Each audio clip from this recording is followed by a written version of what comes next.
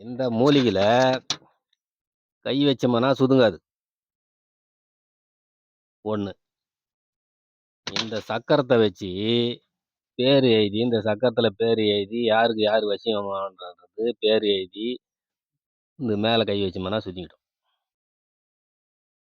புரியுதா? அதே மாரி இந்த மூலிகைய பகல் 12 மணிக்கு இந்த மூலிகை மேல இது மாரி கை வச்சோம்னா, நம்ம நெகல் பட்டுதுன்னா சுருங்கிடும். 1.